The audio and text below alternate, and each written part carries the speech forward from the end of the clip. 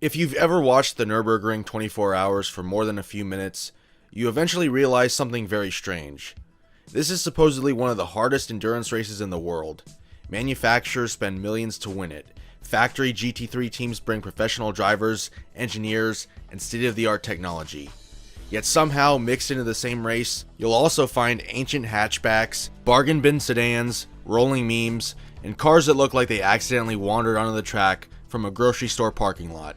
And honestly, that's what makes the race special. The Nürburgring 24 hours is unlike basically any other major endurance race on Earth. Le Mans has prestige, Daytona has history, Spa has drama, but the Nürburgring is pretty much all just chaos. The event runs on the combined Nürburgring GP circuit and the infamous Nordschleife, creating a track over 15 miles long with more than 170 corners. It's narrow, scary, unpredictable, and usually covered in different weather conditions from one point on the track to another.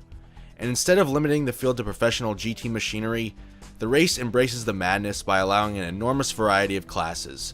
So while a factory-supported Mercedes-AMG GT3 car might be trying to win the race outright, somewhere nearby there's also a nearly stock economy car just trying to survive. And no car embodies that spirit more today than the Dacia Logan.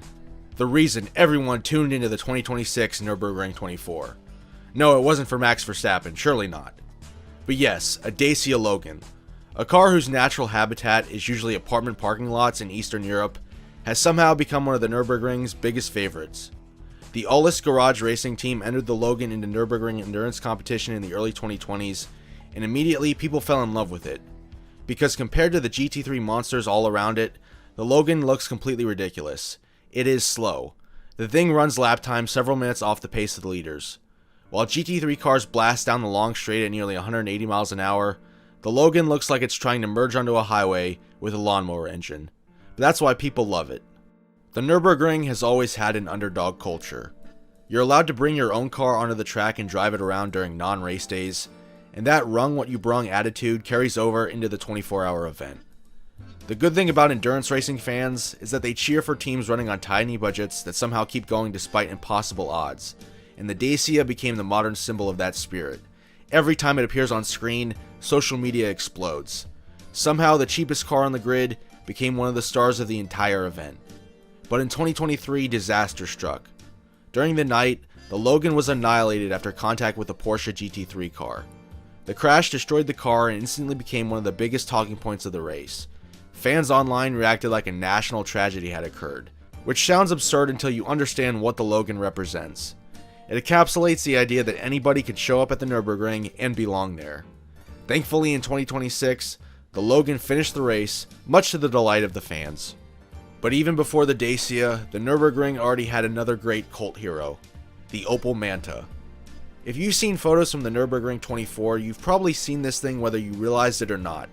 Bright colors, boxy old coupe, giant foxtail, a literal foxtail, hanging from the antenna.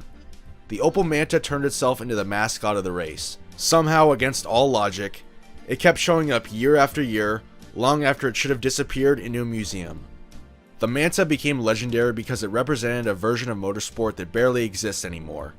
It wasn't overly polished or corporate. It was just a weird old German coupe with a foxtail attached to it, racing one of the hardest endurance events in the world because somebody thought it would be funny, and the fans absolutely adored it. There are stories of the crowd cheering louder for the Manta rejoining the race after repairs than for the overall leaders battling for victory. That sounds impossible, but the Nürburgring has always operated under different rules. Here, personality matters as much as performance. The race also has a long tradition of bizarre promotional entries. Companies occasionally entered novelty cars simply because the Nürburgring generates massive attention in Germany. There were years where strange liveries, unusual body kits, and outright joke cars became fan favorites. Some teams leaned fully into the humor of the event because they knew that at the Nürburgring, personality mattered. Fans remember the weird stuff. Nobody forgets the foxtail Opel Manta, nobody forgets the Dacia Logan, and nobody forgets seeing something that absolutely should not survive 24 hours, somehow still circulating at sunrise. Like for example in 2000, a Volkswagen T4 Caravelle bus was entered in a special category for cars with alternative fuels. Anytime you see a bus entered in any serious competition, it's a sight to behold. Of course, far from being the only Volkswagen, there have been plenty of Beetles in their various eras. Not really a car known for racing outside of Herbie, but one that has tackled the ring. German automakers and privateer entries alike also use the race to enter what we might consider to be classic cars. There have been multiple BMW E36s entered, and this year HWA has entered a version of their HWA Evo, an updated and restored Mercedes 190e that will be going on sale soon. We even had BMW entering a station wagon, or estate car, the M3 Touring, which caused a little bit of a stir on social media when it was announced. It harkens back to the good old days of seeing estate cars in actual competition, and I think something like this is really what the Nürburgring 24 is all about. The car finished 5th overall in 2026, and people love the idea of a car like this in this race. There's something uniquely intriguing about how the Nürburgring treats speed differentials. At most circuits, slow cars and fast cars are separated very carefully, but at the Nürburgring there's so many classes. You can have a GT3 Porsche arriving behind a tiny hatchback at a closing speed that feels genuinely supernatural. Drivers crest the hills and suddenly encounter a nearly stock economy car fighting for its life just to survive the race. That visual contrast is part of the race's identity. It creates moments you simply cannot see in other races, anywhere else in motorsport, and not really in any other endurance event either. And honestly, that's why so many of these weird cars became beloved. Not because they were competitive, not because they were technically impressive, but because they represented something modern motorsport is slowly losing.